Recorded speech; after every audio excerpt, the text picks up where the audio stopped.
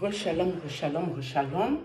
J'ai parlé d'un sujet vite fait sur une vidéo où je disais que une femme qui a eu beaucoup d'enfants peut toujours avoir un corps potable.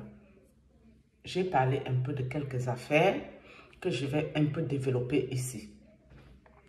Je vais appeler par exemple Mamou, qui a parlé du couple Pastores. Apparemment, je ne connais pas ces gens-là, moi.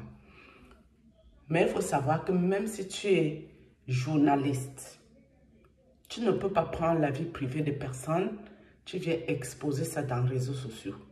Pourquoi? Parce que même si cette dame a fait BBL, c'est vrai que l'histoire est visible, mais est-ce que ça donne le droit à quelqu'un de prendre son nom, sa photo, le nom du couple, le nom de Marcelon Junazi et venir les déposer dans les réseaux sociaux? Non. Il y a beaucoup de préjudice derrière ça. Préjudice moral, le psychologique, et leurs affaires, tout ce qu'ils font dans leur vie. Leur nom est sali parce que les réseaux sociaux, c'est le monde entier qui regarde ici. C'est différent de quelqu'un qui va faire les médisances au quartier, les commérages, c'est-à-dire en camerounais, le Congo, ça. Mais pour déposer la vie privée de quelqu'un qui n'est pas venu assumer publiquement qu'il aurait fait BBL, même si la femme allait se confier au quartier chez quelqu'un, avant d'en parler, il faut dire à la personne, je t'enregistre parce que j'irai parler de ça. Même si la personne est venue juste dire les commérages, la personne peut dire qu'il n'a jamais rien dit. Et ce sera à toi qui as parlé d'aller prouver ça. Est-ce que tu étais avec la personne? Est-ce que tu as vu comment la personne était couchée en Turquie pour faire les chirurgies plastiques? Chacun est libre de faire de son corps ce qu'il veut. Et il est aussi libre de ne pas vouloir que ça se sache. Il est même libre de mentir aux gens qu'il a encore naturellement bien foutu. C'est son choix. Mais c'est quand on parle de Dieu qu'on ne peut pas trop jouer avec Dieu. À ce moment-là, c'est Dieu qui frappe. Parce que si tu dis aux gens, vivez comme ça, et toi tu te lèves, tu vas en Turquie faire n'importe quoi, un beau jour, Dieu va te frapper sur ton lit d'opération. Moi, j'ai été opérée en 2008, où j'ai failli laisser ma peau, parce que mon corps ne supporte pas l'anesthésie comme le corps de tout le monde.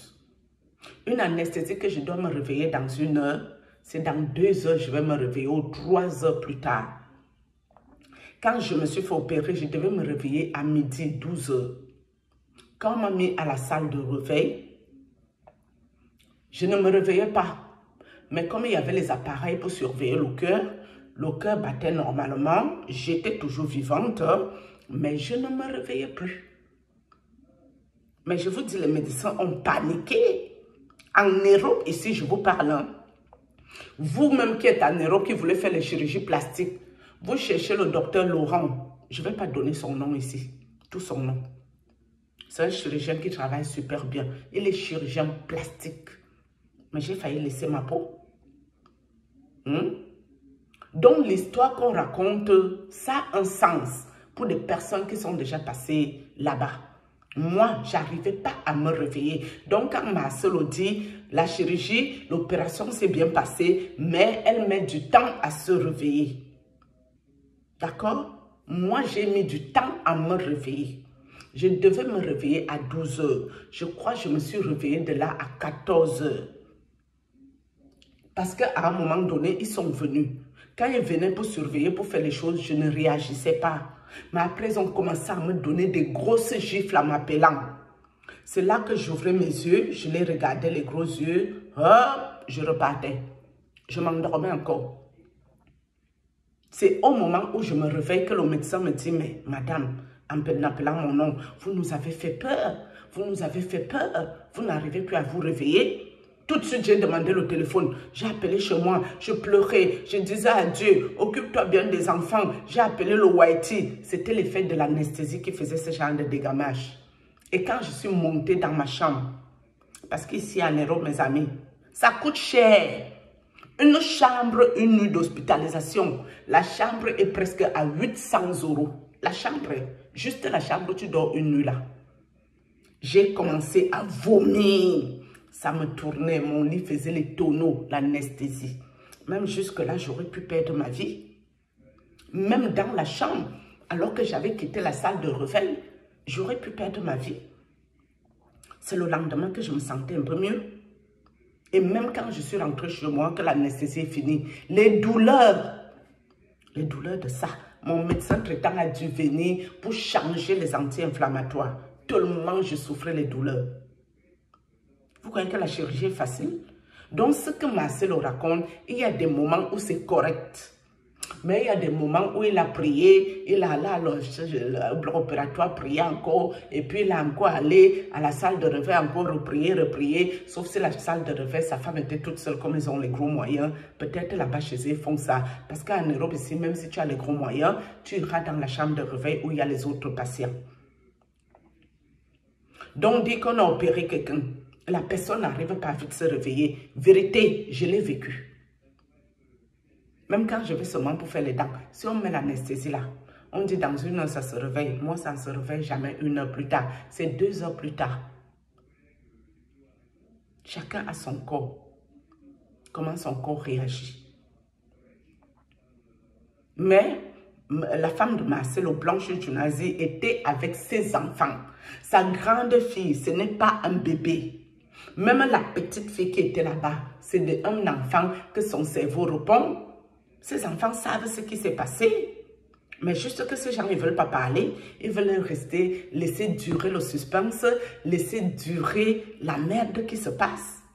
Mais ces enfants, c'est peut-être pour ça que Marcelo ne voulait plus que ses enfants voient la grand-mère. Mais ces enfants peuvent parler parce qu'ils savent ce qui s'est passé. Et si Marcelo s'est déplacé jusqu'en Turquie, sachant qu'on dit qu'il était mal dans le vol, ça veut dire qu'il était déjà au courant que ça s'est mal passé là-bas, ça a cuit. D'accord? Mais il fallait quelqu'un pour venir récupérer les enfants. Parce que les enfants étaient abandonnés à eux-mêmes seuls dans un pays étranger. Et que les papiers soient vite faits. Tu vas pour faire une chirurgie, tu signes des assurances. Mais d'autres disent qu'on l'a ramenée en tant qu'une prostituée. Mais sincèrement, si tu as moyen de payer moins cher, que ta femme rentre comme c'est parti vendre le corps et que tu dois payer plus cher, sachant qu'on doit dire que c'est ton épouse, mais mes amis, même moi, je choisirais de payer moins cher. La raison ne nous intéresse plus. La femme est déjà décédée, point barre. Et vous qui dites que Marcelo n'a pas fait les coutumes, il n'a pas fait la tradition, c'est pour ça qu'il sera puni. Ça, c'est faux et usage de faux. Fake news. Marcelo est puni. Il libère les âmes en Bulgarie. Les âmes innocentes, je parle ici. Je ne parle pas les faux gens qui entrent dans ses affaires, dans son église. Marcelo, ceux qui acceptent d'entrer dans ton affaire, tu peux les sacrifier en bonne et due forme. On s'en fout. Parce qu'eux-mêmes, en entrant dans ces choses, ils iront faire du mal aux autres. Donc, sacrifie cela. Hein. Mais les innocents qui sont juste venus chercher Dieu et qui travaillent pour toi en Bulgarie, lève-toi, tu vas libérer ces gens. C'est important. Après leur combat spirituel de famille, où les cris parlaient quoi au village de Blanche, où Marcelo même fait quoi? Quand la famille de Blanche savait que c'était un magicien qui sortait avec un homme selon leur dire, ils sont pas allés parler en public pour dire aux gens sortez de cette église, il n'y a pas Dieu. Donc c'est une histoire où il n'y a plus Dieu dedans. Ce qui m'intéresse, c'est les âmes innocentes qui ont été embobinées là-dedans. Donc, moi, je ne fais pas les justices pour le groupe de gens bizarres qui ont décidé de nuire aux autres. Mes cheveux là aussi, ça me dérange. Je ne fais pas ces justices-là, je ne suis pas dedans. Moi, je suis là pour la vérité de Dieu. D'accord? Donc, vous aussi, avant de prendre les vies des gens, pour venir les saler dans les réseaux sociaux, il faut savoir, est-ce qu'eux-mêmes, ils ont parlé de leur bouche?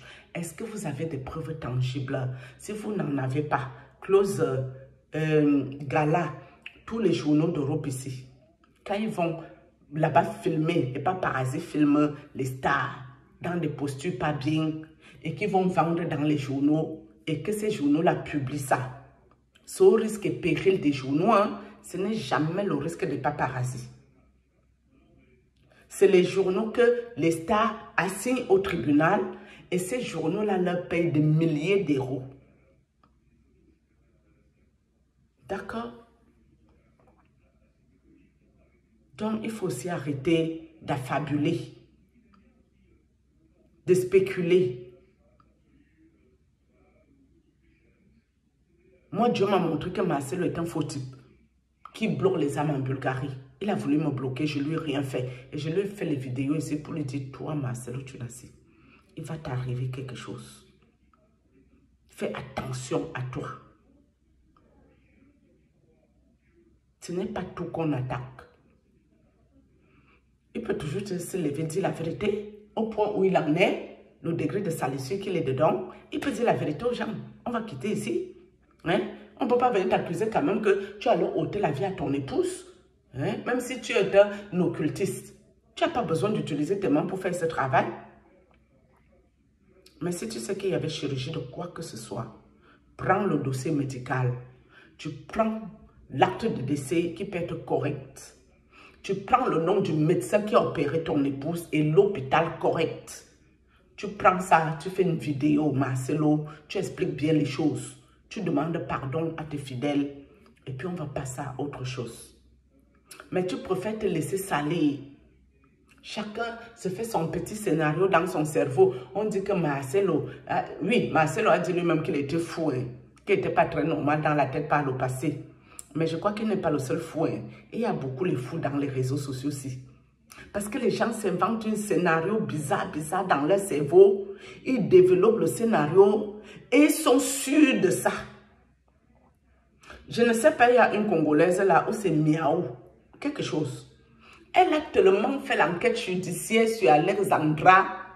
Elle avait tous les scénarios bizarres. Et puis le Canada est ceci. Et puis les Canadiens sont comme ci. Et puis, je ne sais pas si la fille a fini de trouver les solutions pour Alexandra.